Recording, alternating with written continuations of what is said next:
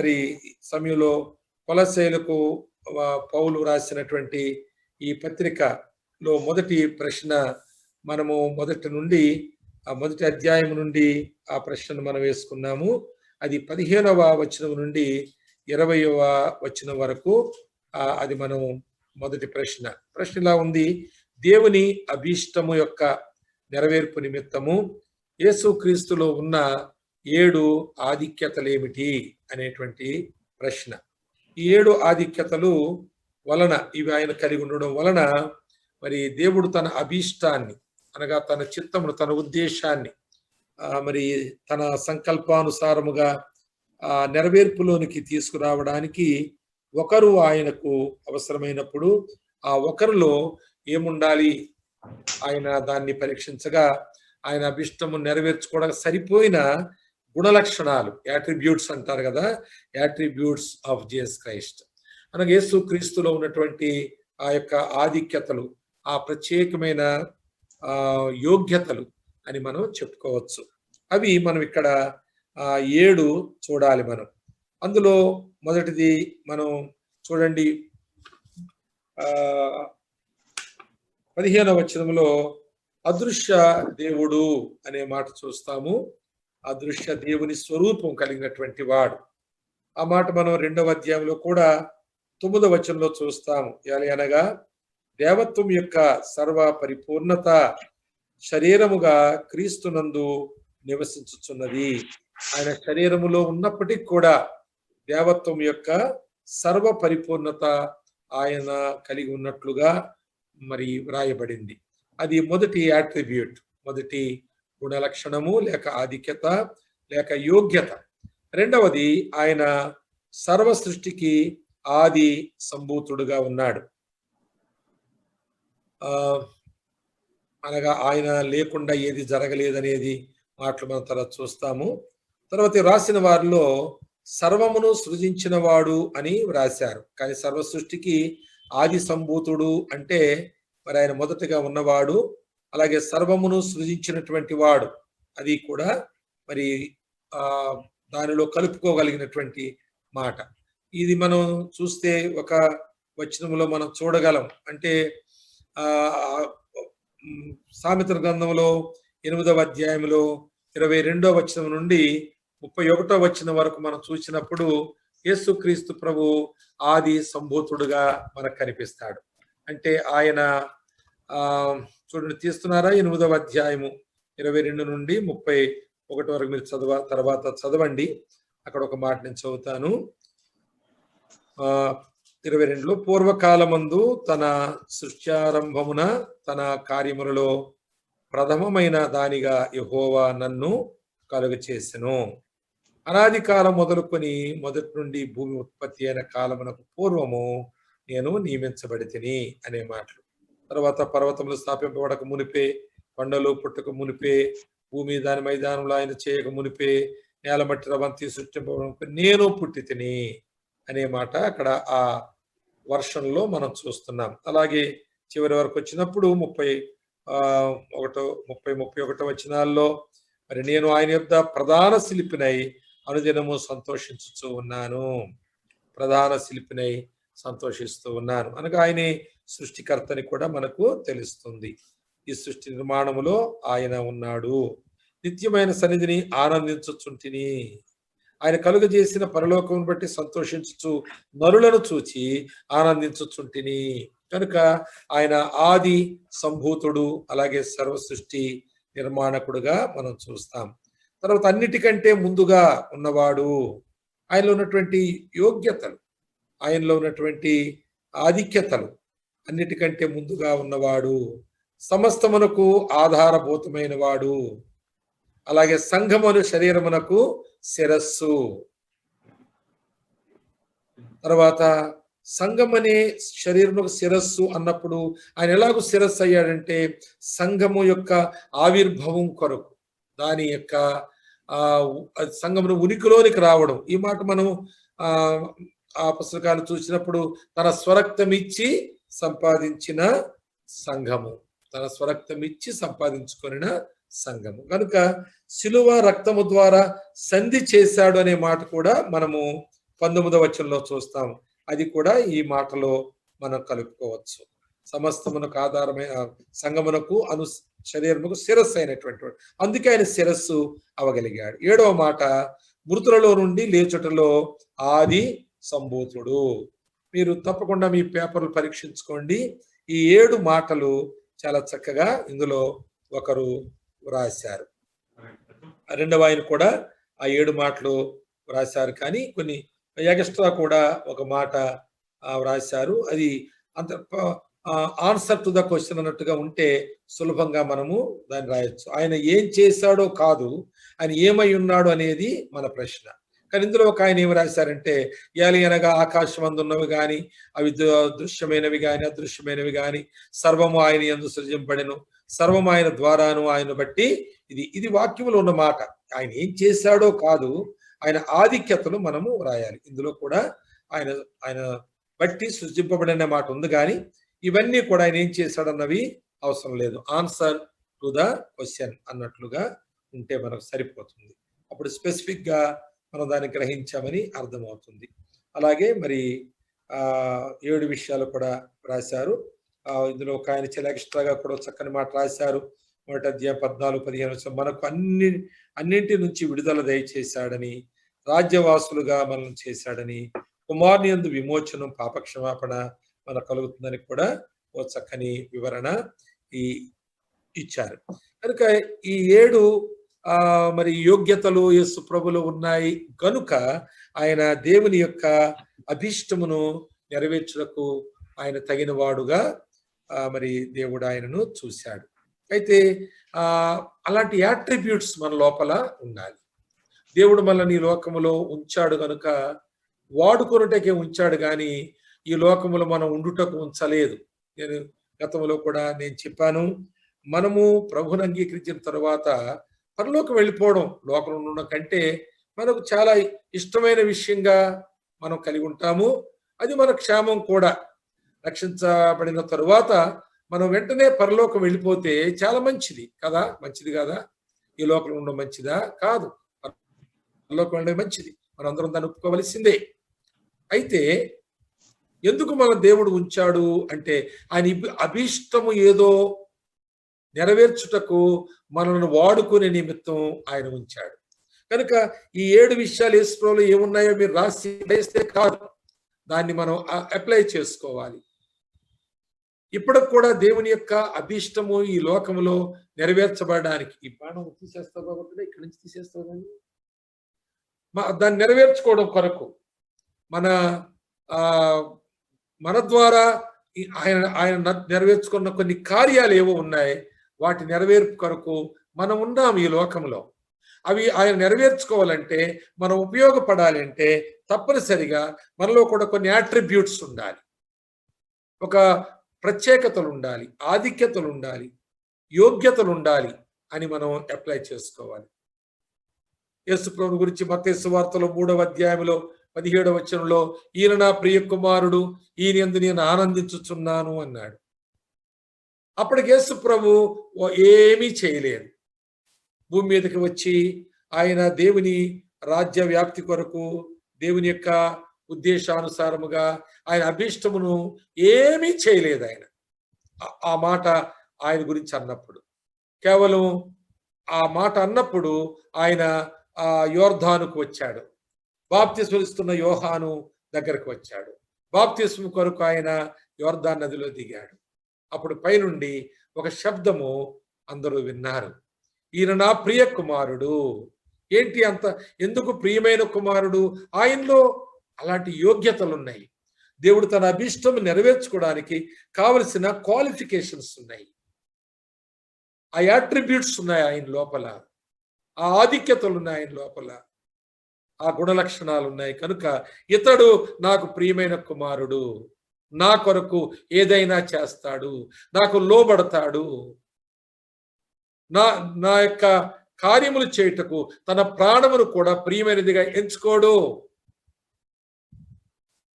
కాబట్టి ఈయన నా ప్రియ కుమారుడు. కనుక మనం ఏదో చేసినందువలన ప్రియమైన కుమారులు కాదు, మనలో ఏదో ఉన్నందువలన ప్రియమైన కుమారులుగా ఉండాలి. ఈ లక్షణం మన లోపల ఉండాలి. కరెక్ట్ గా వ్రాశారు. ఇద్దరు కూడా. కానీ మరి ఈ వారు ఈ విషయాలను ఏ విధంగా అప్లై చేసుకున్నారు అన్నది ఈ సమీక్షలో నేను చెబుతున్నాను గనుక మీకు ఆ క్వశ్చన్స్ ఇచ్చినప్పుడు, ఆ పేపర్ ఇచ్చినప్పుడు నేను అన్వయింపులు రాయలేదు. మీరే అన్వయించుకోవాలి. ఏ విధంగా అన్వయించుకున్నారు అనేది మీరు అన్వయించుకున్న దాన్ని కొంత ముందుకు మిమ్మల్ని తీసుకువెళ్ళి ప్రోత్సహించాలని ఈ మాటలు చెబుతున్నాను. మనము ఒకవేళ దావీదు గురించి చూస్తే దావీదు గురించి దేవుడు అన్నాడు, ఇతడు నా ఇష్టానుసారుడైన మనుష్యుడు. తర్వాత వెంటనే ఏమనంటే నా సంకల్పములన్నీ కూడా నేను ఏదైతే చేయగోరుతున్నానో భూమి మీద, ఏదైతే చేయడానికి నేను కోరుకుంటున్నానో అవన్నీ చేయడానికి మరి నా యొక్క ఇష్టమును నెరవేర్చేవాడు నాకు దొరికాడు.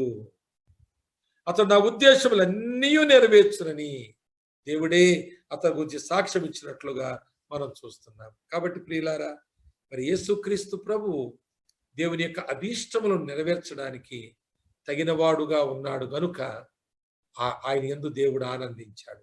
మరి మనం తగిన వారముగా ఉంటే మన యందు దేవుడు ఆనందిస్తాడు. మనకేదో ఒక పని నియమించకపోతే, ఏదో ఒక పని కొరకు మనలను వాడుకునే ఉద్దేశం దేవుని లేకపోతే మనల్ని ఆయన పరలోకమే తీసుకున్నాం, ఇక్కడ ఉంచేవాడు కాదు. మనం ఉండవలసిన అవసరం మనకు కూడా ఏమీ లేదు. లోక సంబంధమైంది, శరీర సంబంధమైన అవసరాలు తప్ప ఆధ్యాత్మికంగా ఇక్కడ మనకు ఉండవలసిన అవసరం ఏమి లేదు. మనం పరలోకంలో ఉండడమే మంచిది. కనుక నిజముగా మరి విదేశాల్లో ఉన్నటువంటి వారు తమ స్వదేశానికి వచ్చే కాలం వెళ్ళేటప్పుడే నిర్ణయించుకుని వెళతారు. ఎప్పుడు వస్తారో చెప్పుకుంటూ వెళతారు. వెళ్ళిన తర్వాత వారు దినాలు లెక్క పెట్టుకుంటూ, కౌంట్ డౌన్ అన్నట్టుగా దినాలు లెక్క పెట్టుకుంటూ ఉంటుంటారు. ఇంకా నెక్స్ట్ మంత్ వెళ్ళిపోతాను, 2 years అయింది వచ్చి, ఇప్పుడే 23 months అయిపోయింది, ఇంకొక నెల ఉంటే నేను వెళ్ళిపోవచ్చు, ఫలానా డేట్లో నేను టికెట్ బుక్ చేసుకున్నాను, ఆ రోజు నేను ఫ్లైట్ ఎక్కుతాను అన్నట్లుగా వారు అక్కడ ఎందుకున్నారంటే వారికి అప్పగించిన పని, వారు ఒప్పుకున్న పనిని జరిగించడానికి ఉన్నారే తప్ప వారి దేశానికి రావడం అనే అంత గొప్ప సంతోషం వారికి మరొకటి ఉండదు. అది అబ్రాహాము గురించి కూడా 11వ అధ్యాయంలో ఆ మాట రాసి ఉంటుంది. తన స్వదేశమును గూర్చి ఎదురు చూస్తూ జీవించాడు ఆయన. అది అనగా పరలోక రాజ్యముల గురించి. అందుకే దేవుడు తన దేవుడిని అనిపించుకోవడానికి ఆయన సిగ్గుపడలేదనే మాట మనం ఆ 11వ అధ్యాయంలో 16వ వచనంలో చూస్తాం కదా, హెబ్రీ పత్రికలో. కనుక మనము ఈ లోకంలో జీవించేంత కాలము మన దేవుడు అనిపించుకోవడానికి సిగ్గుపడకుండా మనం జీవించాలంటే మనము ఆయన అభిష్టాన్ని నెరవేర్చడానికి తగిన వారముగా మనలో ఉండవలసిన గుణ లక్షణాలు మనలో ఉండాలి. అది మొదటి మరి సమీక్షలో మొదటి ప్రశ్నకు జవాబుగా చాలా చక్కగా ఇద్దరు కూడా రాశారు. రెండవ ప్రశ్న మనం చూస్తే మొదటి అధ్యాయంలోనే 24వ వచనం నుండి 29వ వచనం వరకు విశ్వాసుల విషయమై పౌలు పట్టుదల ఏమిటి అనేది మనం చూస్తున్నాం. అయితే ఇది వ్రాసినటువంటి వారు మరి ఆ విషయాన్ని కూడా మరి చదివి చక్కగానే వ్రాసినట్లుగా కనబడుతూ ఉన్నారు. ఇంకా కొంచెం చదవలసి ఉందేమో అని నాకు అనిపించింది. తప్పనిసరిగా వారు రాసిన వరకు బాగా రాసినప్పటికి కూడా మరి దాన్ని ఆలోచించిన విధానములో మరి సంపూర్ణమైనటువంటి ఖచ్చితమైన ఒక నిశ్చయతతో ఇది రాశారా లేదా అనేది వాళ్ళ వ్రాతలో నాకు కొంత అనుమానాన్ని కలిగించింది. ఒకరు ఏం రాశారంటే, మీ కొరకు నేను అనుభవించుచున్న శ్రమల్లో సంతోషించుచు క్రీస్తు పడిన పాటల్లో కొద్దువైన వాటి యందు నా వంతు నా శరీరమందు సంపూర్ణం చేస్తున్నాను. ఇది ఆయన సమర్పణ. మరొకరు ఏం రాశారంటే, క్రీస్తు పడిన పాటల్లో కొద్దువైన వాటిని పౌలు తన శరీరమందు సంపూర్ణం చేయటం అనేది ఇది ఆయన సమర్పణ. ఇది పట్టుదల కాదు, ఇది సమర్పణ. అయితే పట్టుదల మరొక 3 విషయాలు మనకు కనిపిస్తుంది. తర్వాత ఒకరేం రాశారంటే, దేవుని వాక్యమును సువార్త మర్మమును ప్రకటించడానికి సంఘమునకు పరిచారకుడు ఆయను. ఇది పట్టుదల కాదు, ఇది ఆయన యొక్క పని, సమర్పణ ఇది. అందుకే ఒకరు పిహెచ్డి క్యాండిడేట్ అంటున్నాను, ఒకరు ప్రిన్సిపల్ క్యాండిడేట్ అంటున్నాను. వీరు పాఠాలు చెబుతారు, మరి వాళ్ళ పుస్తకాలు బాగా చదవకపోతే స్టూడెంట్స్కి ఏం చెబుతారు? అలాగే బైబిల్ కూడా చాలా చక్కగా చదివి ఇందులో సమర్పణ ఏదో పట్టుదల ఏదో చక్కగా వారు దాన్ని విశ్లేషణ చేయవలసిన అవసరం ఉంది. ఇందులో ఒకరు మరి ఆ పట్టుదల రాశారు తర్వాత, కానీ ఇది మరి కొంత విడమడిచి రాయవలసిన అవసరం ఉందని కూడా నేను అనుకున్నాను. అనగా మొదటి అధ్యాయం 28, 29 వచనాలు కూడా రాశారు. ఒకరు చక్కగా విడమడిచే రాశారు. ప్రతి మనుషుని క్రీస్తునందు సంపూర్ణంగా చేయుట ఆయన పట్టుదల. రెండవది, ప్రతి మనుషునికి బుద్ధి చెప్పుచు బోధించుచు క్రీస్తును ప్రకటించాలి, అది పట్టుదల. తర్వాత ప్రతి మనుషుని దేవుని ఎదుట నిలువబెట్టాలి, ఇది పట్టుదల. మరి నిజంగా ఈ దినాలలో దేవుని సేవకులకు ఇలాంటి పట్టుదల నీ ఎడల కూడా ఉంది. ఈ మధ్యలో నేను కొందరు మరి మా యవనస్తుల యొక్క జీవితాల గురించి ఆలోచన చేసినప్పుడు, ఆ యవనస్తుల జీవితాల్లో కొంత లోపాలు నాకు కనబడినప్పుడు, నాకు వినబడినప్పుడు నేను చాలా వేదన పడ్డాను, నిజంగా దుఃఖపడ్డాను. నా కళ్ళల్లోంచి నీళ్లు కూడా కారిని. అలా కారడానికి మొదటి విషయం, ఆ పిల్లలు అలాగైపోయారు అనే ఒక బాధ కలిగింది. అనగా వారు నన్ను ఎంతో గౌరవిస్తారు, భయపడతారు, ప్రేమిస్తారు, చాలా క్రమముగా దేవుని మందిరానికి వస్తారు. వారు తల్లిదండ్రులు కూడా చాలా నాకు ప్రియమైనటువంటి వారు, మంచి కుటుంబాలు, మొదటి నుంచి ఉన్న కుటుంబాలు. ఈ రోజున వారి కుటుంబములో ఏదో ఒక లోపము కనబడినప్పుడు వారి విషయమే బాధపడినది ఒక వంతైతే, రెండవది నా పరిచర్య ఏమవుతుంది అసలు? చివరికి నేను ఇంతమందిని సంఘంలో కలిగి ఉన్నాను, అంతమందిని కలిగి ఉన్నానని అనుకుంటూ నేను చెప్పుకుంటూ పోయి, నిజంగా ప్రభు వచ్చినప్పుడు వారిలో ఎంతమందిని ప్రభుత్వం నిలబెట్టగలను? నేను నా కళ్ళల్లో సాధారణంగా నీళ్లు చాలా అరుదుగా వస్తాయి, రావు నీళ్లు. కానీ అది విన్నప్పుడు వాటంతట అవే నీళ్లు కారడం ప్రారంభించింది. కొంతసేపు నేను తట్టుకోలేకపోయాను. ఎంతో మంచి పిల్లలు ఈ రోజు కూడా ఇప్పుడు పిలిచి వాళ్ళకి ఏదైనా పని చెబితే పరిగెట్టుకుని వస్తారు, అంకులు పిలిచారు వెళ్ళిపోతాను నేనని. కానీ ఆ యవనస్తుల్లో పవిత్రత లేదు. అమ్మో!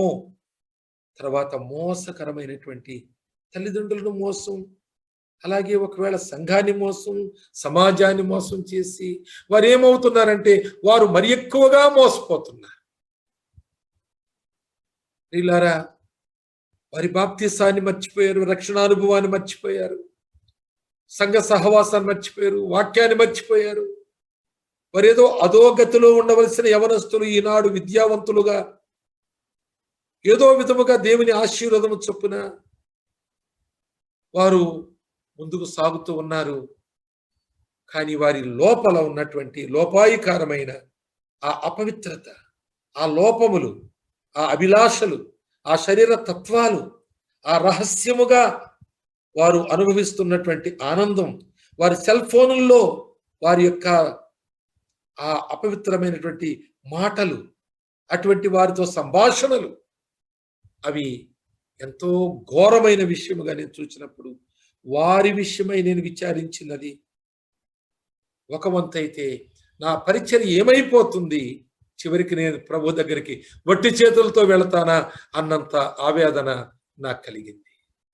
గతంలో నేను ఒక పడుచువాడిగా, చురుకైన వాడుగా, ఎంతో మరి వేగముగా పరిచర్య చేయవలసిన వాడుగా నేను చేసిన కాలములో చేసింది ఇలాగుంటే, ఇప్పుడు ఈ వయసులో ఇక ముందు నేను ఏం చేయగలను, వారికి ఏమి ఇవ్వగలను అనే ఆవేదన నాలో ప్రారంభించబడింది. కనుక ఒక సేవకుడుగా నీ ఎడల ఒక పట్టుదల కలిగినటువంటి ఒక విశ్వాసిగా నువ్వు గుర్తించాలి.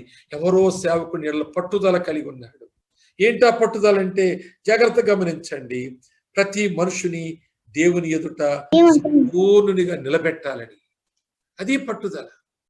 అలాంటి పట్టుదల కలిగి సేవకులు ప్రార్థిస్తున్నారు, సేవకులు వాక్యోపదేశం చేస్తున్నారు, సేవకులు నిన్ను గురించి ఆలోచన చేస్తున్నారు, నువ్వు బాగుంటే సంతోషిస్తున్నారు, ఎక్కడైనా నీలో లోపం ఉందో తెలిస్తే వేదన పడుతున్నారు. ఏమీ చేయలేక, ఎటూ తోచక నువ్వు సేవకులు ఇసుకలో పెట్టేస్తున్నావు. నువ్వు దేవుని కూడా ఎంతో ఆయాస పెడుతున్నావు. నీ రక్షకుడు, నా రక్షకుడు క్రీస్తు యొక్క గాయం వల్ల రేపుతూ ఉన్నావు.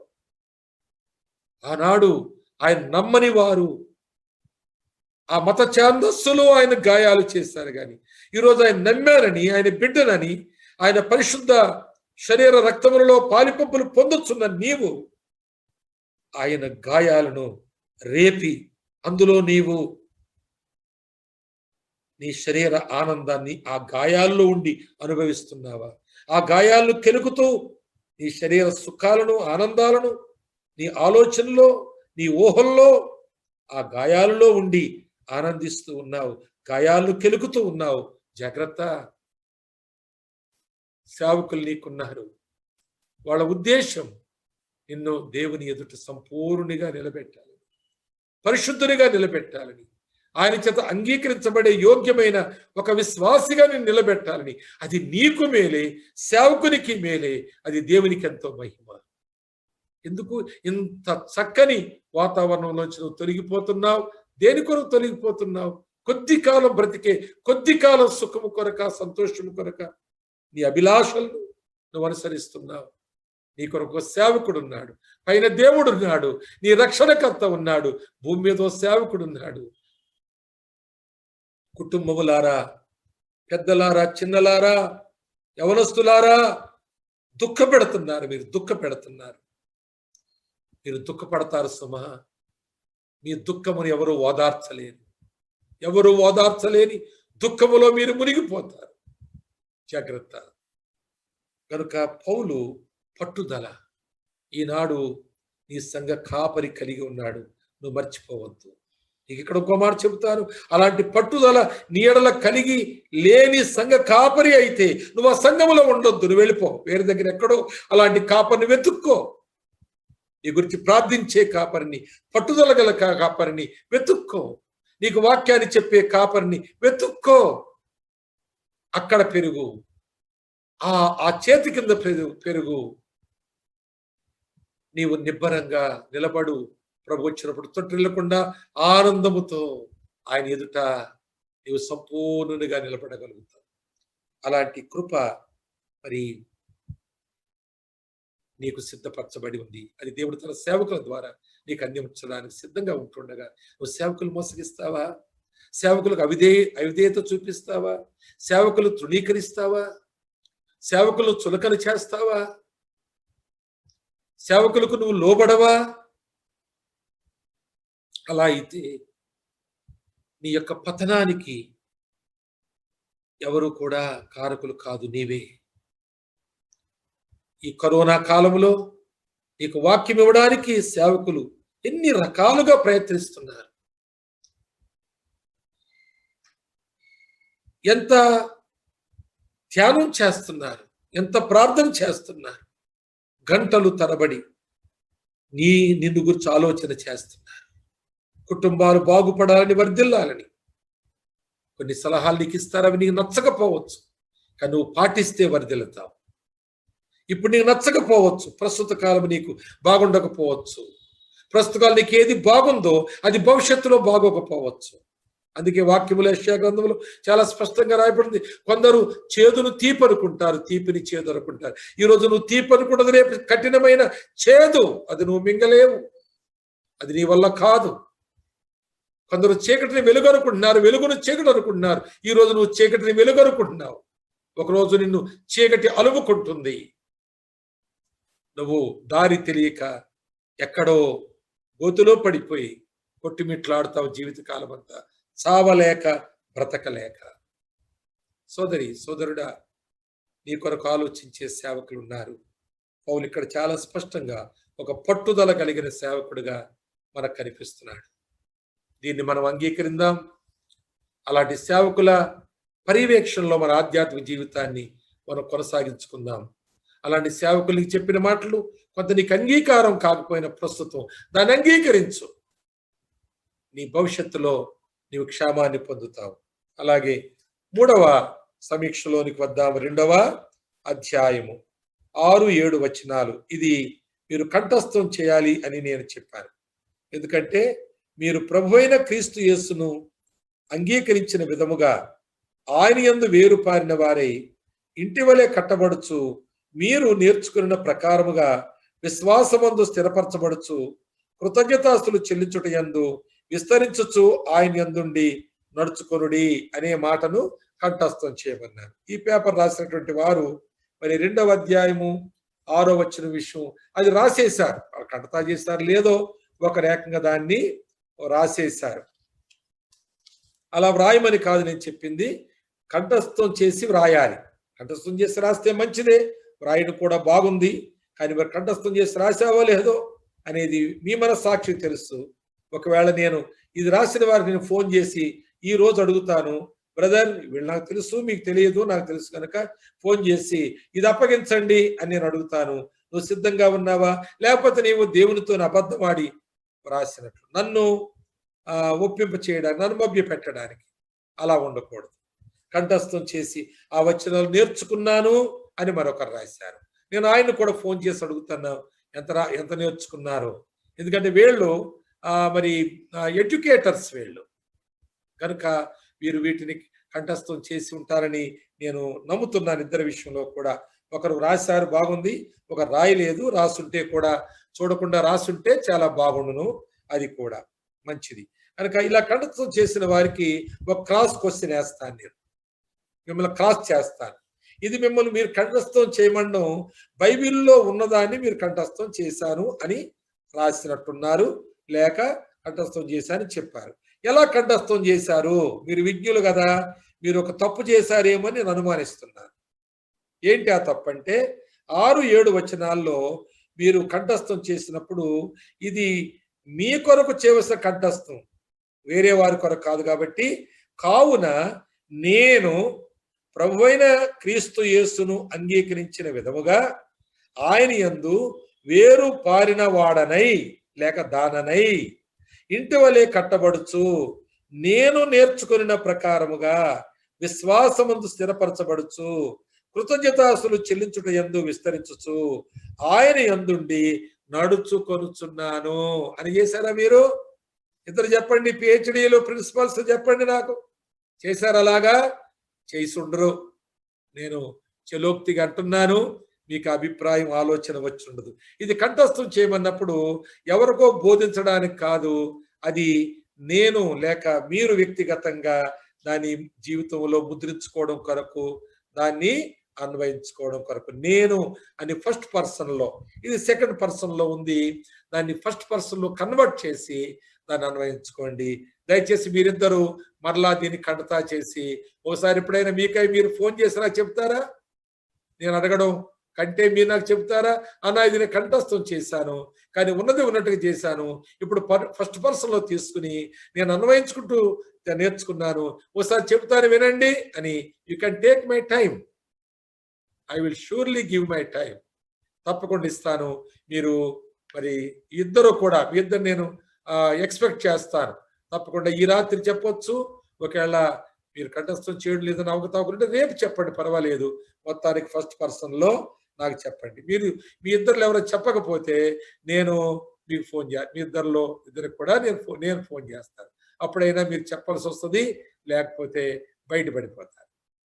దయచేసి ఈ కంఠస్థం చేయమన్నది నేను చూస్తానా అని అనుకోవద్దు. దేవుడు చూస్తాడు, మొదటి మాట.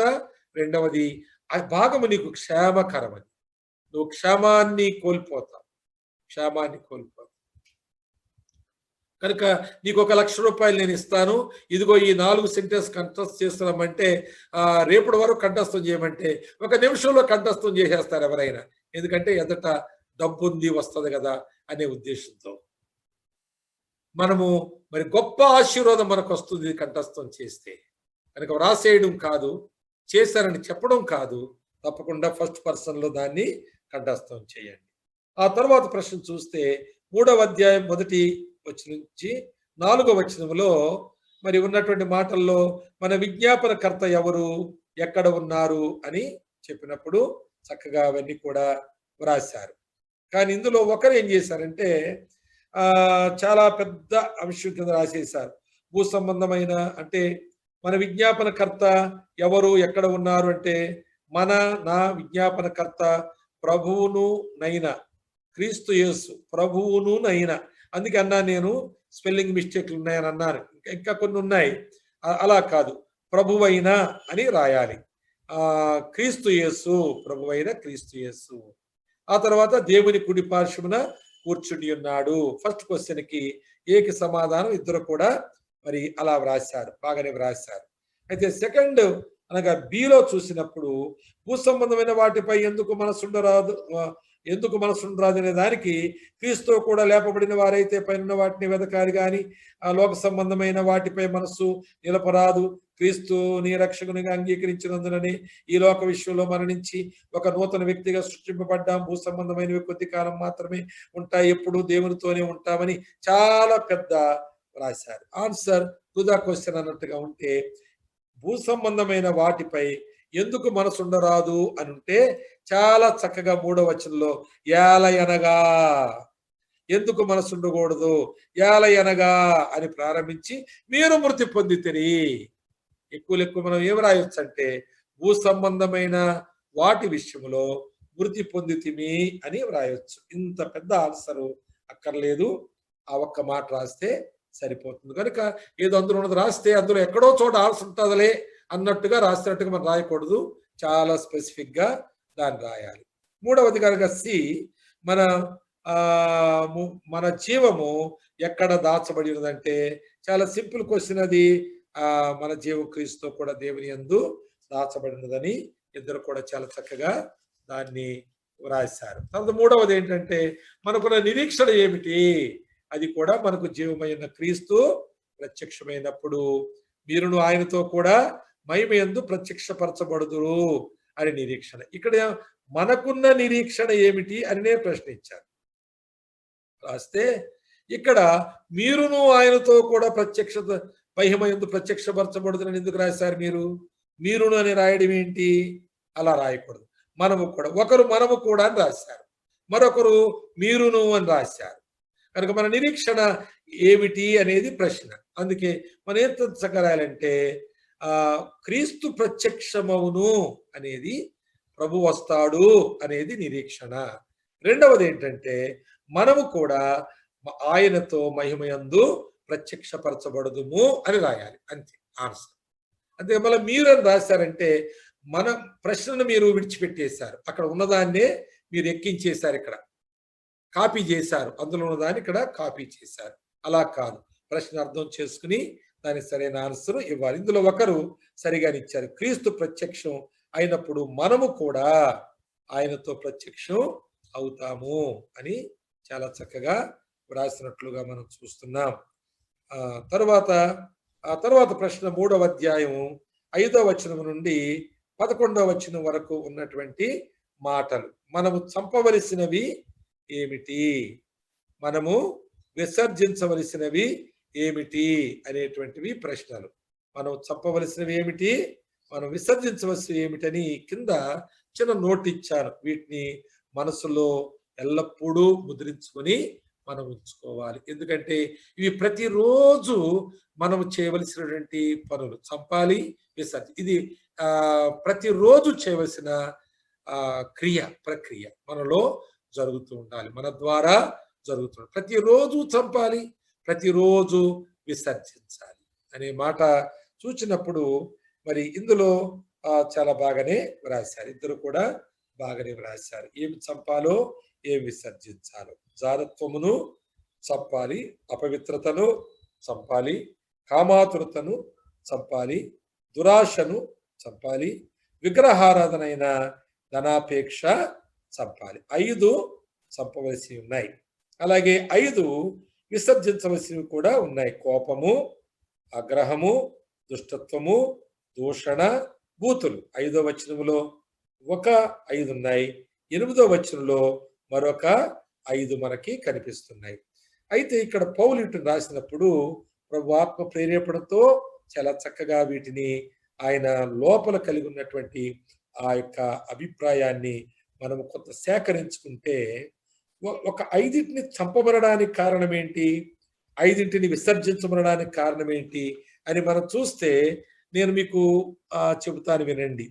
ఈ మొదటి 5 మనము బయట నుండి మన లోపలికి వచ్చేవిగా లేక మన మీద దాడి చేసేవిగా వాటిని మనము చూడగలం.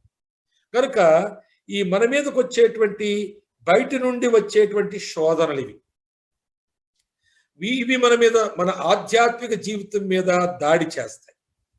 కాబట్టి చూస్తూ చూస్తూ వీటిని మన మీదకి రానిస్తే మన ఆధ్యాత్మిక జీవితం ఆరిపోతుంది. అందుకే నేను అప్పుడప్పుడు చెబుతుంటాను, వీటిని మనం చంపకపోతే ఇవి మనల్ని చంపేస్తాయి అని మనం గుర్తుపెట్టుకోవాలి. ఈ 5ంటిని మనం చంపకపోతే ఇవి మనం చంపేస్తాయి. బయట నుండి అవి మన మీదకి వస్తూ ఉన్నప్పుడే మనం జాగ్రత్తగా గమనించుకుంటూ వాటిని షూట్ చేయాలి. వాటిని అక్కడే మన మీద రాకముందే చంపివేయాలి. అప్పుడు మనము ఆధ్యాత్మికంగా బ్రతుకుతాం. ఇక్కడ మరి ఒకరు ఇందులో ఏమి రాశారంటే, విగ్రహారాధనైన ధనాపేక్ష అన్నప్పుడు లోభత్వమును అని బ్రాకెట్లో రాశారు ఆయన. లోభత్వమును అని. లోభత్వం అంటే అర్థం ఏంటంటే, మనము మనకున్నది మన కొరకే ఉండాలని, ఇంకా ఇతరులది కూడా మనకే రావాలని ఆలోచన చేయడం అనేది లోభు యొక్క లక్షణం. తర్వాత మనకున్నది మనకే ఉండాలంతే. ఖర్చు చేయడం కూడా ఇష్టం ఉండదు. జమ చేయడం అది లోభత్వం. జమ చేయడం,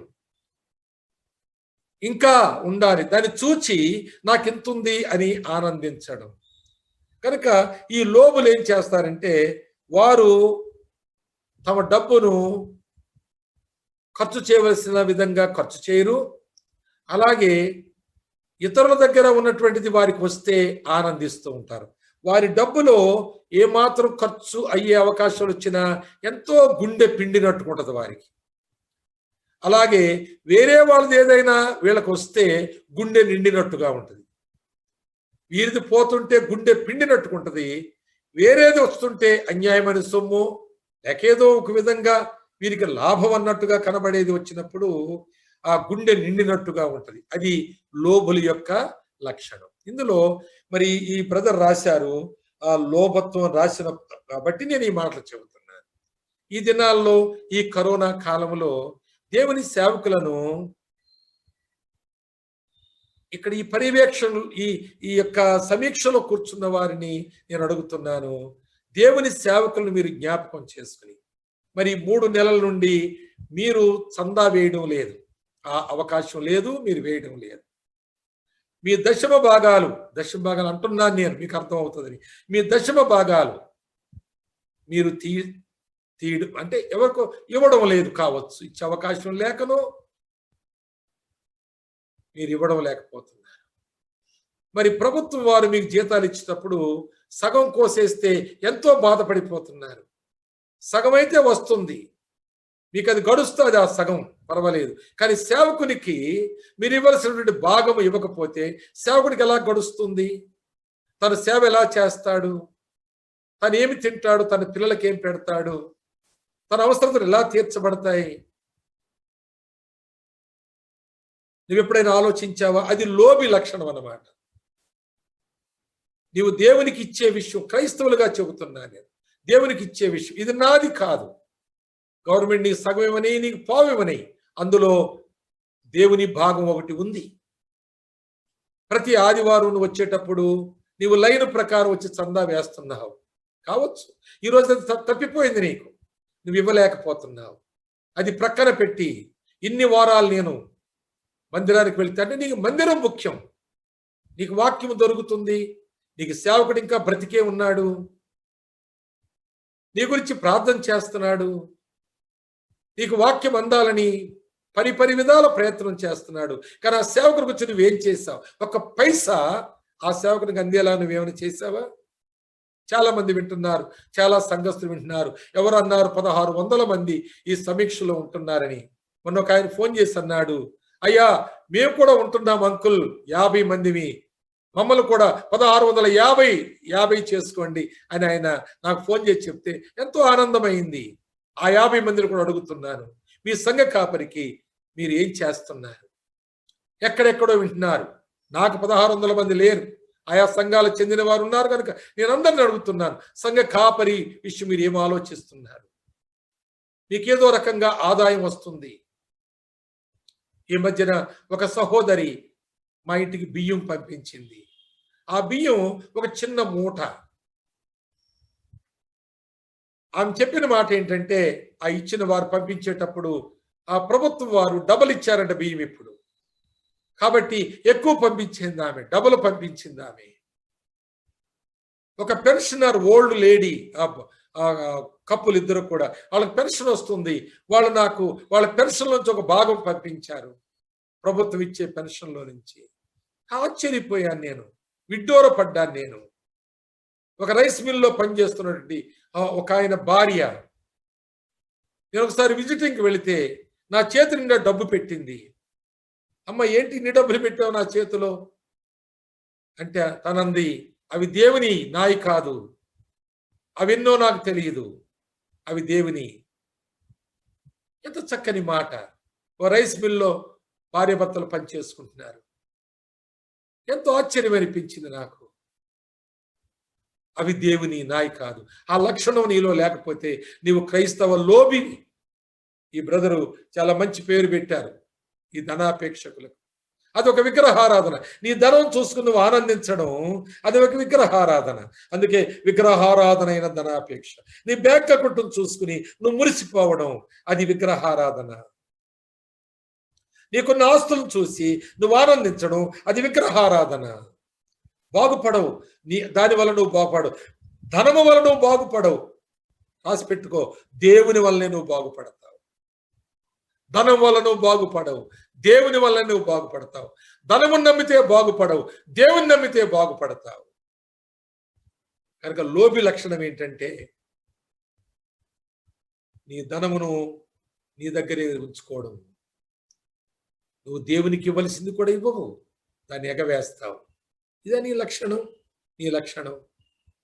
ఈ మాటలు మీకు చెప్పడానికి నాకెందుకు ధైర్యం ఉందంటే మీలో ఎవరిస్తున్నారో ఎవరివ్వడం లేదో నేను తెలియకుండా చందా పెట్టులోనే వేయండి మీరు ఇచ్చేదంతా అని చెబుతాను నేను. మీరెవరిచ్చారో నాకు తెలియక్కర్లేదు, దేవునికి తెలిస్తే చాలు. కనుక నేను ధైర్యంగా చెప్పగలుగుతాను ఈ మాట. కరోనా కాలంలో సేవకులు దేవుడు పోషిస్తున్నాడు. మీరు ఇవ్వకపోతే మీరు నేరస్తులు అవుతారు, కానీ ఆయన పిలిచిన వారిని ఆయన అన్నడు కూడా విడిచిపెట్టడు. ఆయన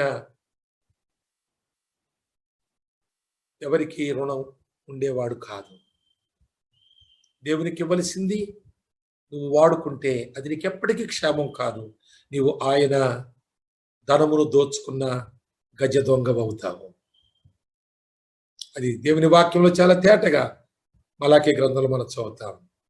ఇతరులు వేరే ఇళ్ళు దోచుకుంటారు, వేరే వారి డబ్బును దోచుకుంటారు, కానీ క్రైస్తవులు దేవునికి వస్తే ఒక దేవుని మందిరం లేక దేవుని యొక్క ధననిధిని దోచుకుంటున్నారు అనే మాట చూస్తున్నాం. కనుక 1650 మందికి ఈ మాట నేను చెబుతున్నాను. మీరు వింటున్నారని విన్నాను. కనుక మీ సంఘ కాప నిర్లక్ష్యం చేయకండి. ఆ దేవునికి వస్తున్న భాగం పంపించేయండి. ఇప్పుడు ఎన్నో రకాలు ఉన్నాయి. ఏంటండి అవి? గూగుల్ పేలు ఉన్నాయి, బ్యాంక్ అకౌంట్ నెంబర్లు ఉండొచ్చు వాళ్ళకి, లేక మీకు కలిస్తే మీరు స్వయంగా ఇవ్వచ్చు అన్న ఇంతకాలం నుండి. ఈ మధ్యలో ఒక చిన్న స్లమ్స్కి వెళ్ళాను నేను. వెళితే అక్కడ ఒక ఆయన, నేను తిరిగి వచ్చేస్తున్నటువంటి ముందు ఒక 5-6 సమకూర్చుకుని వస్తే మాట్లాడి వచ్చేస్తున్న వాళ్ళ పాపని పంపించి ఆ కవర్ తీసుకురా అన్నాడు. ఆ కవర్ తీసుకొస్తే అందులో వారు ప్రతి ఆదివారము ఆ కుటుంబంలో వారు జమ చేస్తున్న ఎలాగ మడత పెట్టేశారు అలాగే ఆ మడత ఒక కవర్లో పెట్టి అవి అంకులకి ఇచ్చి అని చెప్పాడు. కాబట్టి చాలా తక్కువ అమౌంట్, అది పెద్ద ఏమీ లేదు. కానీ వారి యొక్క క్రమము, వారి విధానము, ఆ సంస్థలో ఉన్నటువంటి వారు ఎంతో విచిత్రం. అలాగే మీ సేవకులకు మీరు అందించండి. మీ సేవకులకు మీరు దేవుని భాగం ఇస్తున్నారు, మీరు దగ్గర ఉంచుకోకండి. అది మీకు ఆశ్రదకరం కాదు. సేవకులకు అప్పగించేసేయండి దాన్ని. ఎంతకాలం బాకీ ఉన్నారు అంతకాలం అప్పగించండి.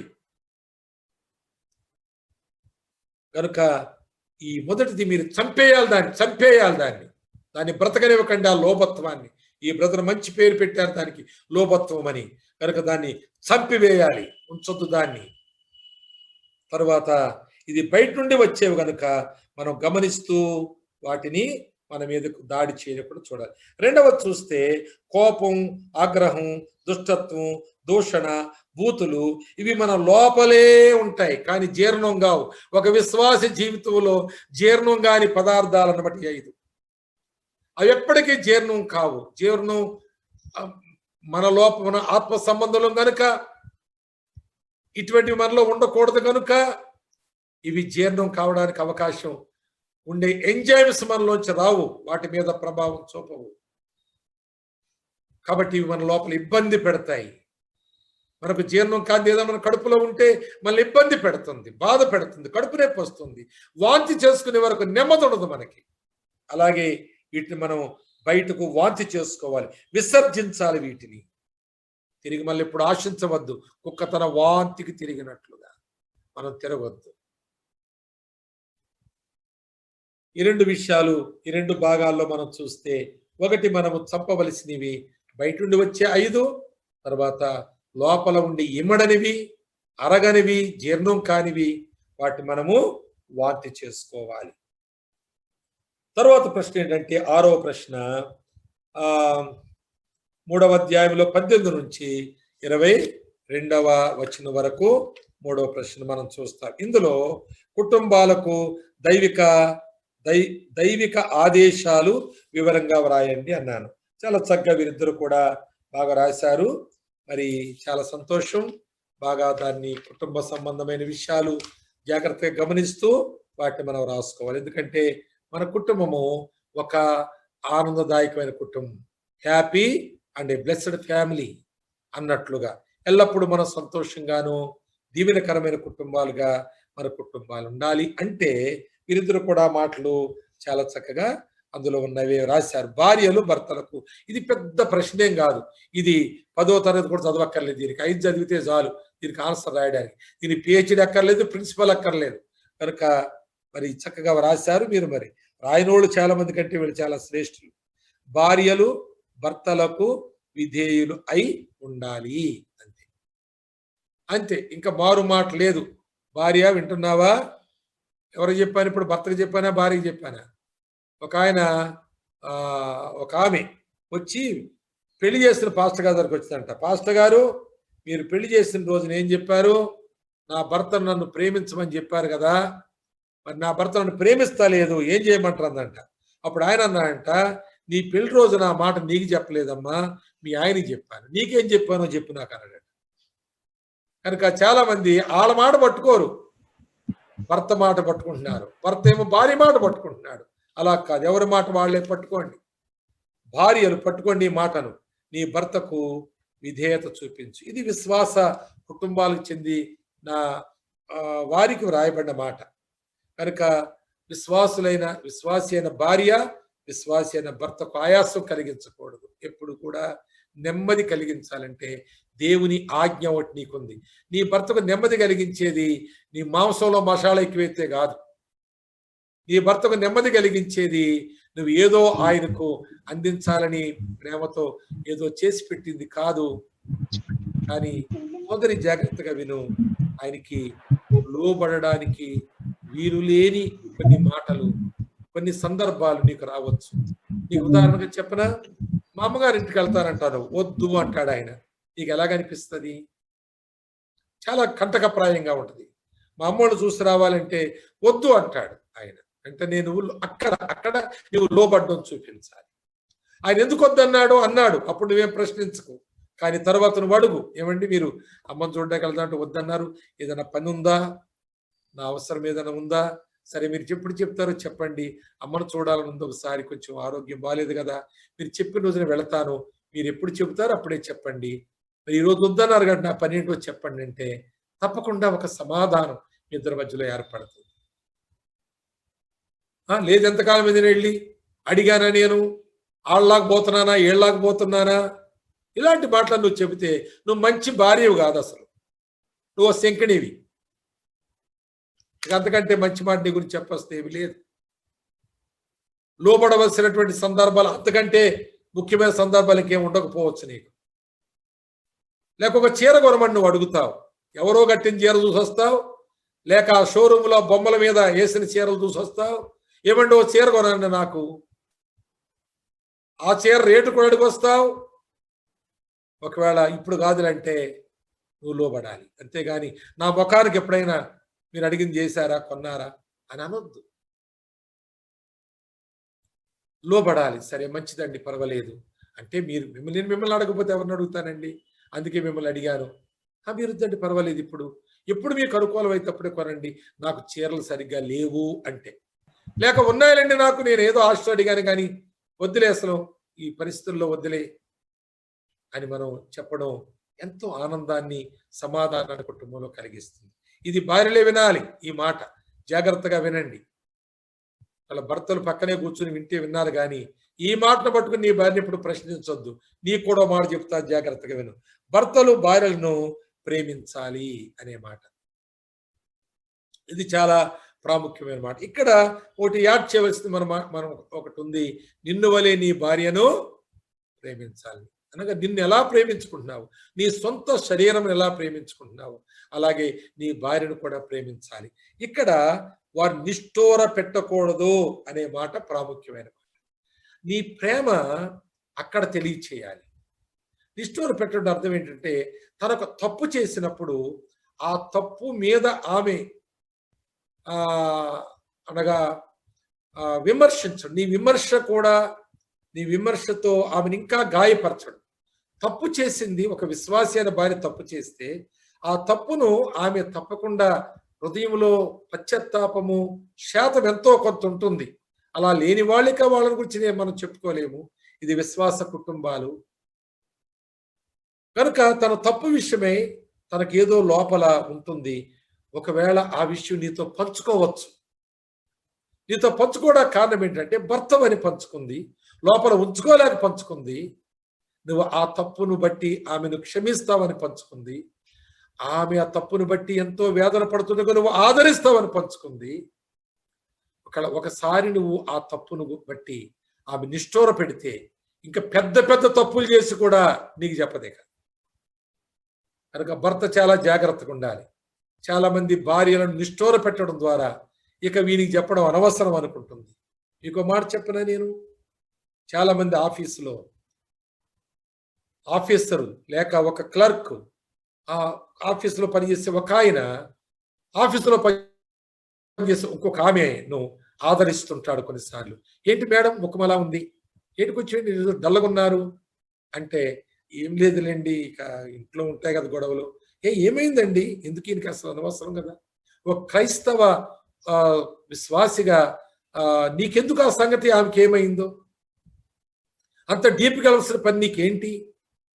ఆమె దగ్గరికి వెళ్ళిపోయి ఏదో ఆదరిస్తున్నాడు, చెప్పండి మేడం, అదే ఏమైంది, మన ఇంతకాలం కలిసి ఒక ఆఫీసులో పనిచేస్తున్నాం కదా, చెప్పండి అంటే, ఆమె ఏం చెప్పనండి, మా ఆయన ఎప్పుడు కూడా రుసరుసలాడుతుండండి, ఈరోజు చాలా బాధ కలిగిందండి, వట్టి పుణ్యానికండి ఎన్నో మాటలు అనేసాడంటే. అయ్యో, మీరు చాలా డీసెంట్గా ఉంటారు కదా, చాలా కల్చర్డ్గా ఉంటారు కదా, అసలు మీరు నెమ్మదస్తులు కదా, మీరెంతో మరి ఇలాంటి విషయాల్లో జాగ్రత్త కలిగే జ్ఞానం కలిగి ఉంటారు కదా, ఆయన అలాగెందుకు అన్నారు, అసలు ఏంటి ఆయన స్వభావం అంతేనా మేడం మొదటి నుంచి? అంతేనండి. ఆ తర్వాత బాధపడకండిలే, పర్వాలేదు, ఆయన అలాగంటే మిమ్మల్ని మేము ఎరుగుదాం కదా అని అంటే వెళ్ళిపోతే ఆమె అనుకోవచ్చు, ఈయన నా భర్త ఏంటి ఎంత బాగుందని. అది నీకు మంచిదా చెప్పు. కనుక ఈ మాత్రం నీ ఇంట్లో ఎప్పుడైనా ఆదరించావా నీ భార్యని? నీ భార్య బుగ్గ మీద కారుతున్న కన్నీరు తుడిచావా? నీ భార్య బాధకు నీ ఒడిలోకి తీసుకుని బాధపడకేంటో నాతో చెప్పు, let us share together, bear together అని ఎప్పుడైనా అన్నావా? ఆమె ఏదైనా నీ దగ్గర ఆదరణ పొందకపోతే, ఆమె ఇంకొకరి దగ్గర నీవు ఈమెను ఎలాగైతే ఆదరిస్తున్నావో అలాగే ఆమె ఉద్యోగం చేస్తున్న దగ్గర ఎవరో ఆమెను ఆదరిస్తే, ఇలాంటి వాడు నా భర్త ఏంటి ఎంత బాగుండు, లేక నా భర్త ఇలాంటి వాడైతే ఎంత బాగుండు, ఏదైనా ఒకటేలేండి కాదు. ఆయన ఆదరణ మాటలే తమ గుండెల్లో ఉంటాయి కానీ నీ యొక్క నిష్ఠూరం మాటలు గుండెల్లో పెట్టుకోగలుగుతుందా? నీ నిష్ఠూరం మాటలను బట్టి ఆమె వేదన పొందుతుంది, ఆయన మాటలను బట్టి ఆదరణ పొందుతుంది. ఎవరిని ఆమె ఎక్కువగా జ్ఞాపకం చేసుకుంటుంది? నిన్ను కాదు, అతన్నే జ్ఞాపకం చేసుకుంటుంది. కనుక ఉద్యోగస్తులు మరీ జాగ్రత్త. అలాగే కొందరికి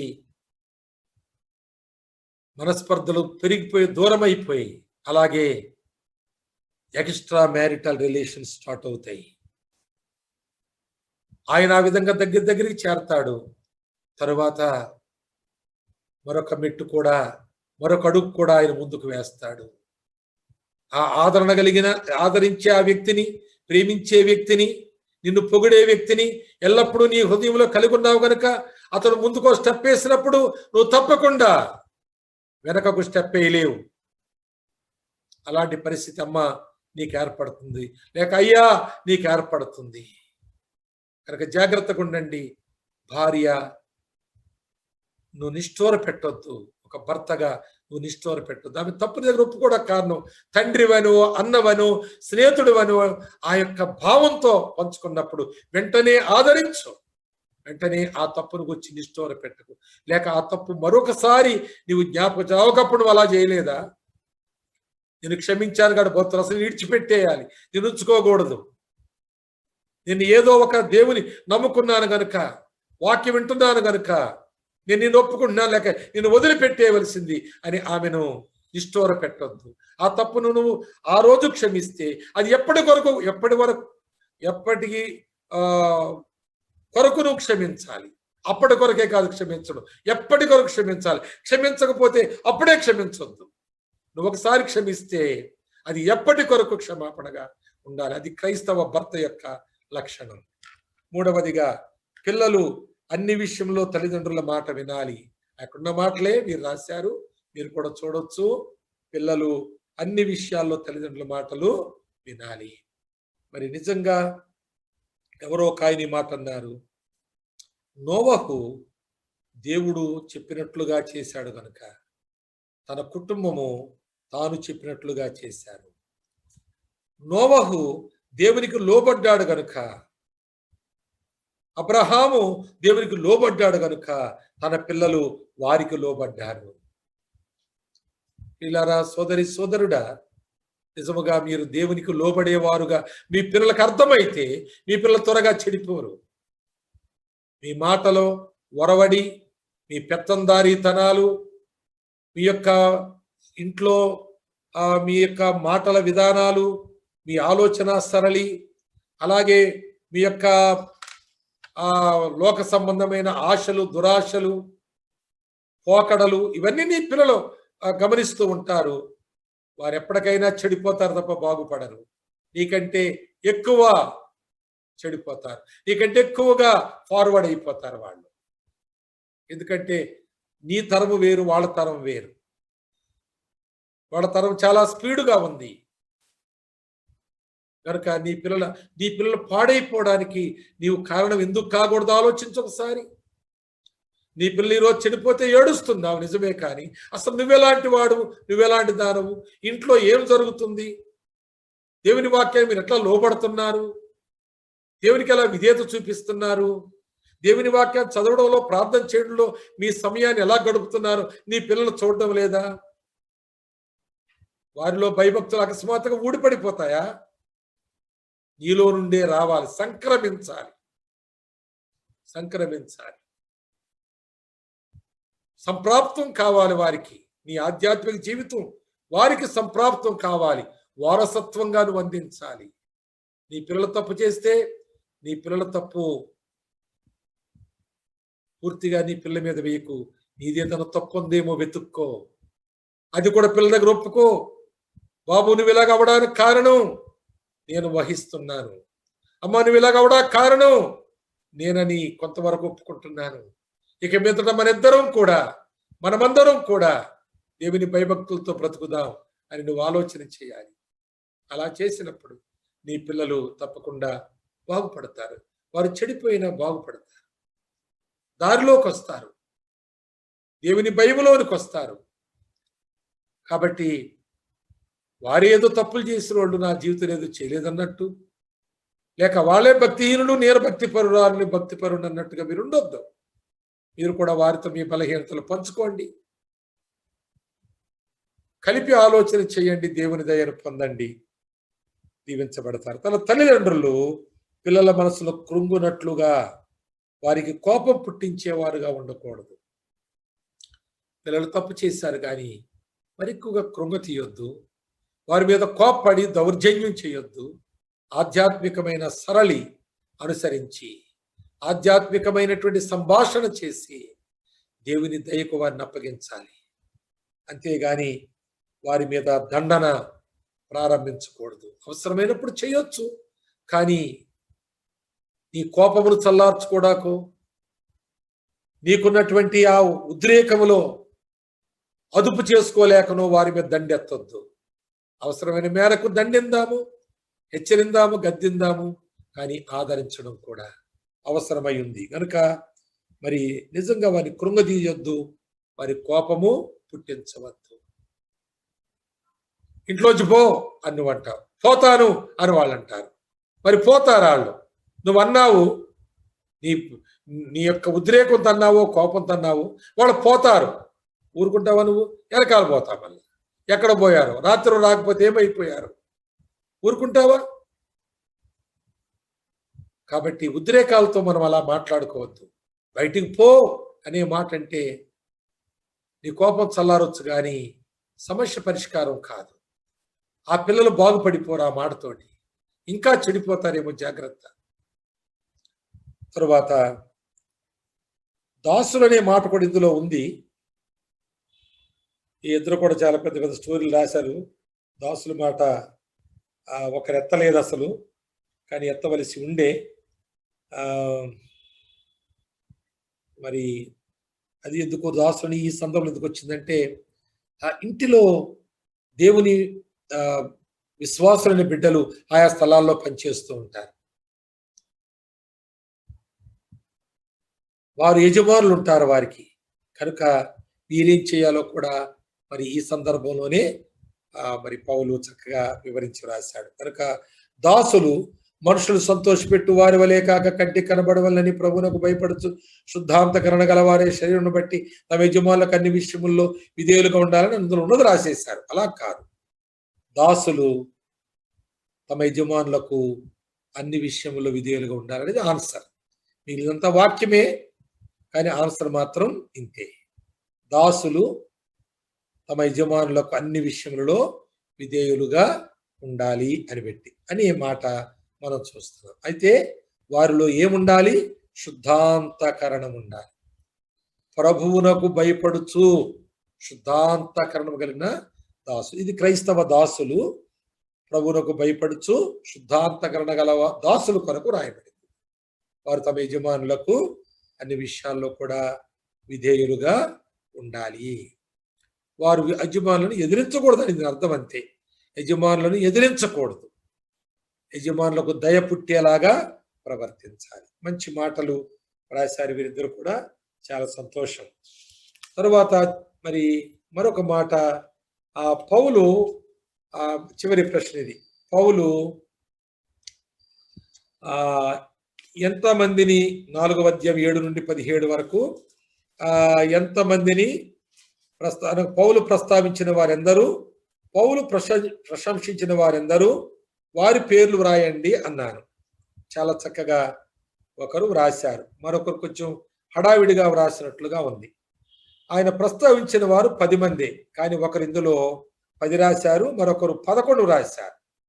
ఎందుకు 11 రాశారంటే బర్నబాను కూడా ఇందులో ఇంక్లూడ్ చేశారు.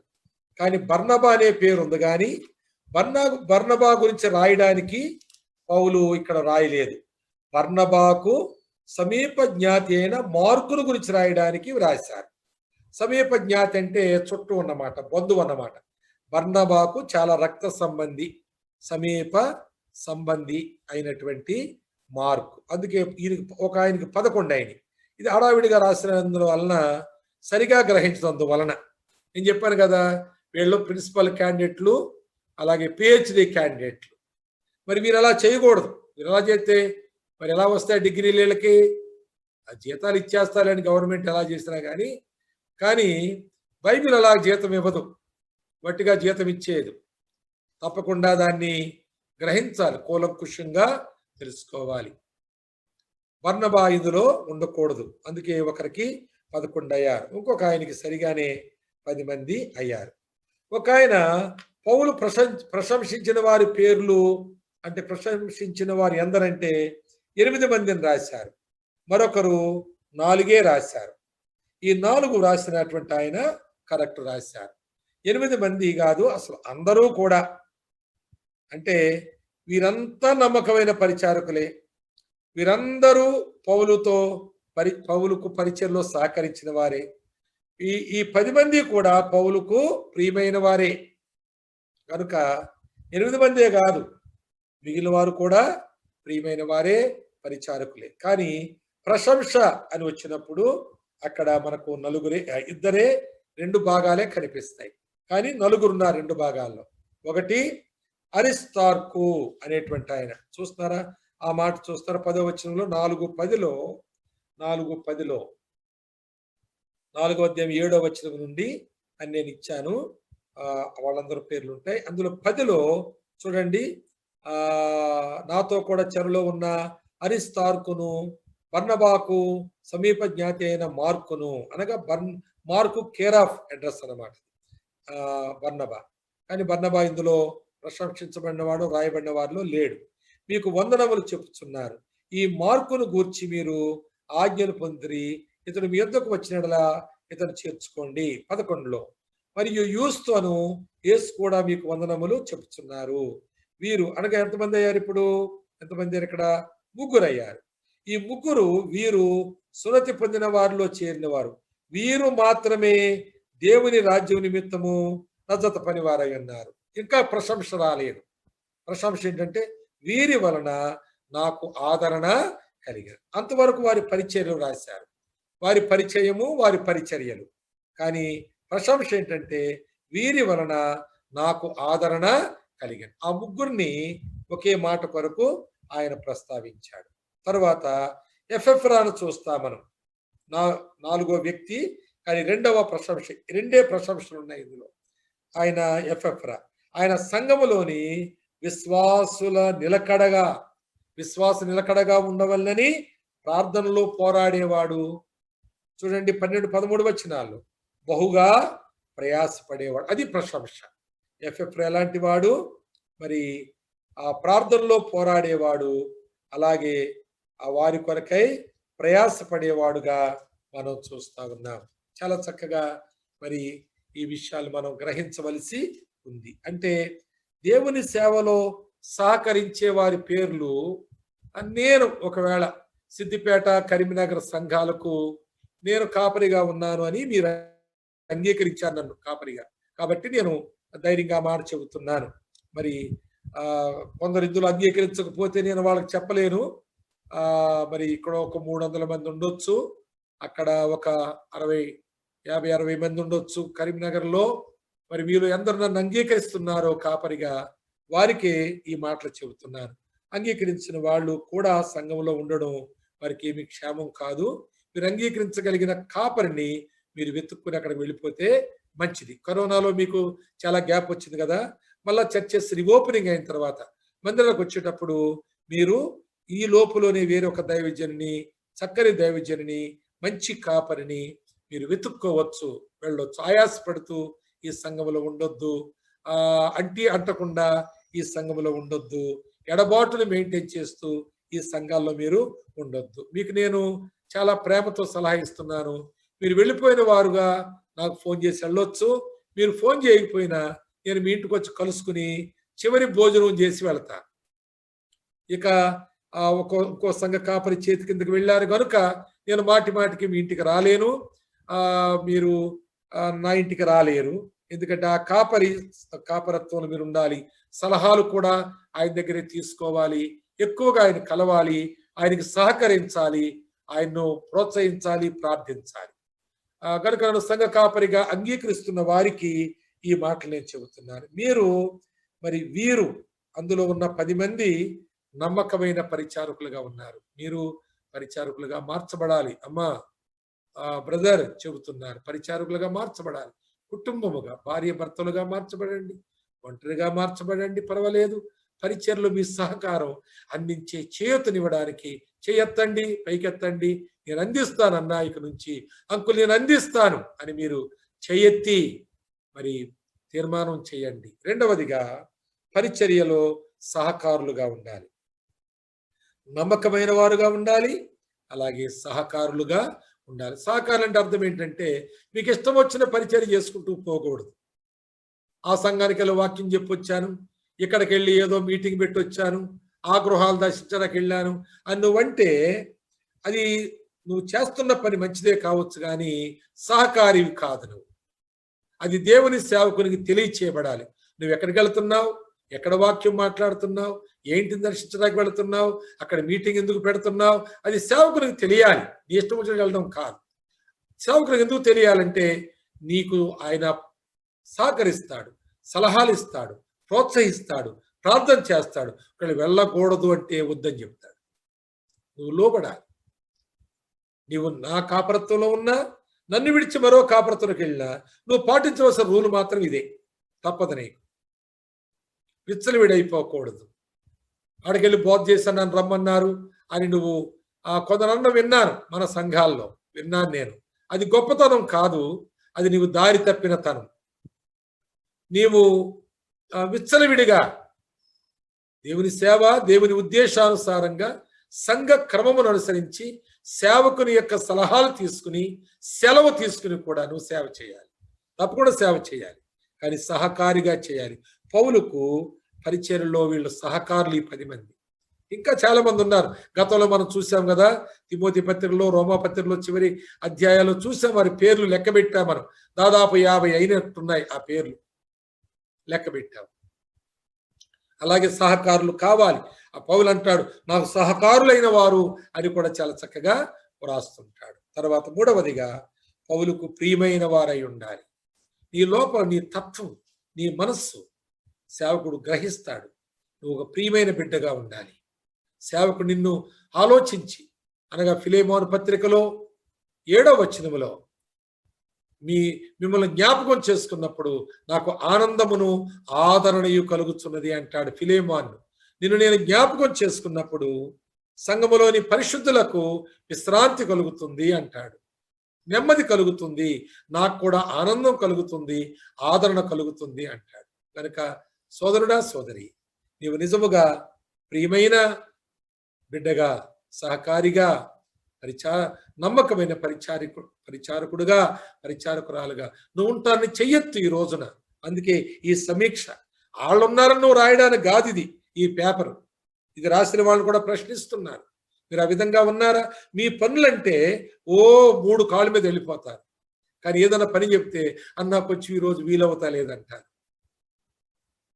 మీ పనులైతే అన్నీ పక్కన పెట్టి పరుగులు పెడతారు, సాధిస్తారు, చివరికి దాన్ని నెరవేర్చుకుంటారు చివరికి. కానీ ప్రభు పని అంటే వెనక్కి వెళ్తారు. అందుకే మనము వాక్యంలో చూస్తాము, అందరూ సొంత కార్యములనే చూసుకొనిచున్నారు, యేసుక్రీస్తు కార్యములు చూడడం లేదు.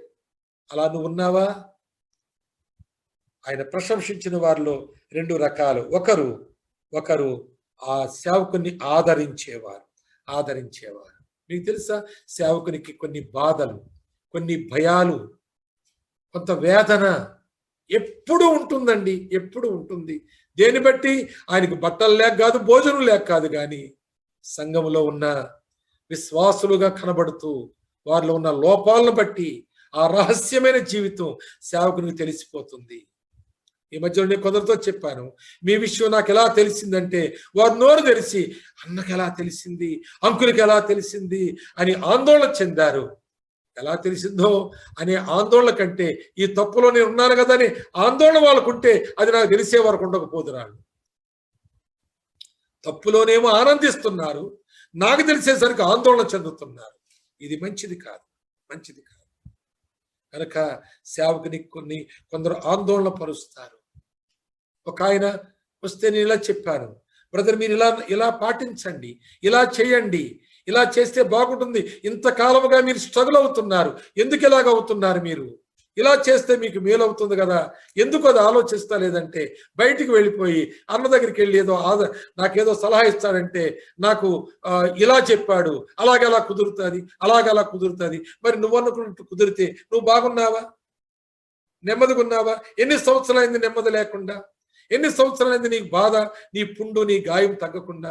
ఎంతకాలమైంది నీ సమస్యకు పరిష్కారం లేకుండా? మరి నేను చెప్పింది వినవు, నువ్వు కలిగిన దాని ద్వారా బాగుపడవు, వేరే వాళ్ళ దగ్గరికి వెళ్ళి నా మీద ఫిర్యాదులు చేస్తే ఏమి లాభం? అయ్యో ఇదేంటిది, నా దగ్గర ప్రార్థన చేయించుకుని వెళ్ళాడు, చేతిలో చేసి వెళ్ళాడు, గిఫ్ట్ కూడా ఇచ్చి వెళ్ళాడు నాకు, కానీ బయటికి వెళ్ళి ఆ మాట చెప్తున్నాడు. మరి వేదన కదా నాకు. ఆ గిఫ్ట్ని బట్టి నేను సంతోషించగలనా? బాధ కదా నాకు. అలాంటి నాకు ఆదరణ నువ్వు ఇవ్వాలి. అన్నా ఎలాగున్నారు, బాగున్నారా? ఏదైనా ఒక భారమైన విషయం మీకుంటే నాకు చెప్పండి అన్నా, నేను కూడా ప్రార్థనలో ఆ మాట పెట్టి నేను కూడా పోరాడతానన్నా. ఎఫెఫ్రా అలాంటి వాడే. ఎఫెఫ్రా లాంటి వాడే. నేను కూడా ప్రార్థన చేస్తానన్నా. మీకు ఏదైనా ఉంటే నాకు చెప్పండి అన్నా. కొన్నిసార్లు నా నా గుండెల మీద కుంపటి లాంటి సమస్యలు కొన్ని ఉంటాయి. కొన్ని నిందలు నా మీద, కొన్ని నేరాలు నా మీద ఉంటాయి. కొన్ని దుష్ప్రచారం నా గురించి చేస్తుంటారు కొందరు. కొంత నొప్పి అవుతుంది నాకు. ఇలాంటి నాకు అలవాటు అయిపోయి, ఎందుకంటే తుఫానుల చొచ్చును ఇవన్నీ చినుకులు అనుకుంటాను నేను. కానీ కొంత నొప్పి మనిషిని కనుక, శరీరం ఉన్నాను కనుక అన్నట్లుగా కొంత నొప్పి కొంతసేపు ఉన్నప్పుడు మీ ఆదరణ మాటలు, చల్లని మాటలు ఎప్పుడైనా వినిపించావా నాకు? అన్న ఎలాగున్నారన్నా అని ఫోన్ చేసే ఎప్పుడైనా? అన్న మీ గురించి ఈ విషయం ప్రార్థన చేశాను చెప్తున్నావా? ఇంకేదంటే ప్రార్థన మనవులు నాకు ఇవ్వండి, నేను చేస్తానని అడిగావా నువ్వు? నాకు నా కుమారుడు అంటున్నాడు పౌలు ఆ యొక్క తిమోతి గురించి మాట్లాడుతూ, నా కుమారుడు. ఎందుకంటే ఎల్లప్పుడూ నన్ను ఆదరిస్తుంటాడు, నాతో సాగుతుంటాడు, శ్రమలలో కూడా నన్ను విడిచిపెట్టాడు.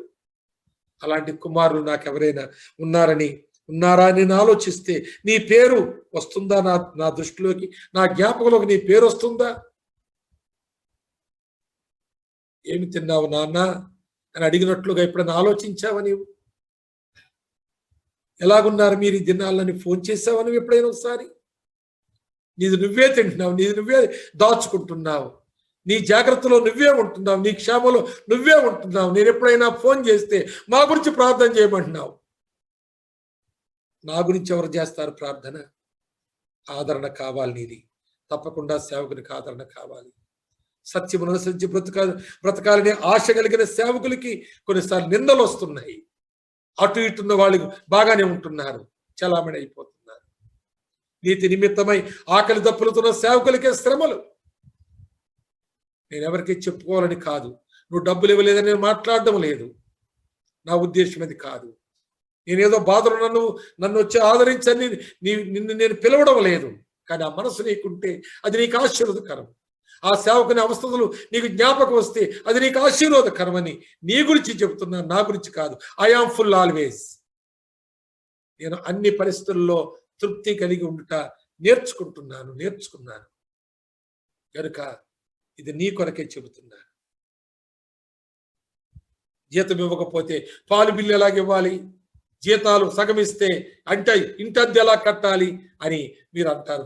మరి సేవకుడు ఎలా బతకాలి? సేవకుడు పాలు బిల్లు ఎలా కట్టాలి మీరు ఇవ్వకపోతే? మీ దశం భాగాలు, కరెంటు బిల్లు ఎలా కట్టాలి? ఆయన ఒక ఇంటి అద్దెంట్లో ఉంటే అద్దె ఎలా కట్టాలి? ఆయన ఆలోచన నీకు వద్దా? లోభివా నువ్వు? అదా నీ లక్షణం? తరువాత సహకారివి కాదు, నీవు ప్రోత్సాహకారివి కాదు, ఆదరించేదానివి కాకపోతే సరి చేసుకుందాం. ఈ కొలస్సే పత్రిక సమీక్షలో చివరి మాట చెప్పి నేను ముగిస్తాను. అది సంఘములోని విశ్వాసుల కొరకు వారు నిలకడగా ఉండాలని ప్రార్థిస్తున్నాడు ఎఫెఫ్రా. అంతేకాదు వారి నిమిత్తమై ఎల్లప్పుడూ ప్రయాసపడుతున్నాడు. వారికి ఏదైనా చేయాలి, ఏమైనా చేయగలనా, ఏమైనా ఇవ్వగలనా, ఏమైనా నేను వారిని ప్రోత్సహించడానికి నేను ఏదైనా చేయాలి. ఒక ప్రయాస అనే మాటలో మరొక అర్థాన్ని మనం చూడగలుగుతాం అనుకుంటున్నాను. అదేంటంటే ఆయన ఎంత ఎంత సహాయం చేసినా వారిలో మార్పు రాకపోతే ఇంకా ఆయన సహాయం చేయడం పూనుకోవడంలో ప్రయాస ఉంటుంది. మొదటి సహాయంలో సంతోషం ఉంటుంది, స్వేచ్ఛ ఉంటుంది.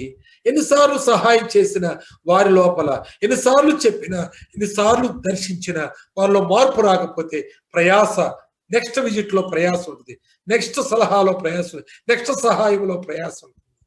అందుకే అలాంటి ప్రయాసలు కూడా ఎఫెఫ్రాలో కనబడ్డాయి. సోదరుడా, ఈ 7 విషయాలు నేను వివరించాను. మీరు ఈ యొక్క సమీక్ష మీకు, మీ కుటుంబానికి దీవెనకరముగా ఉండును గాక. ఆమేన్. తండ్రి. ఆమేన్. ఆమేన్. God bless you all. Thank you.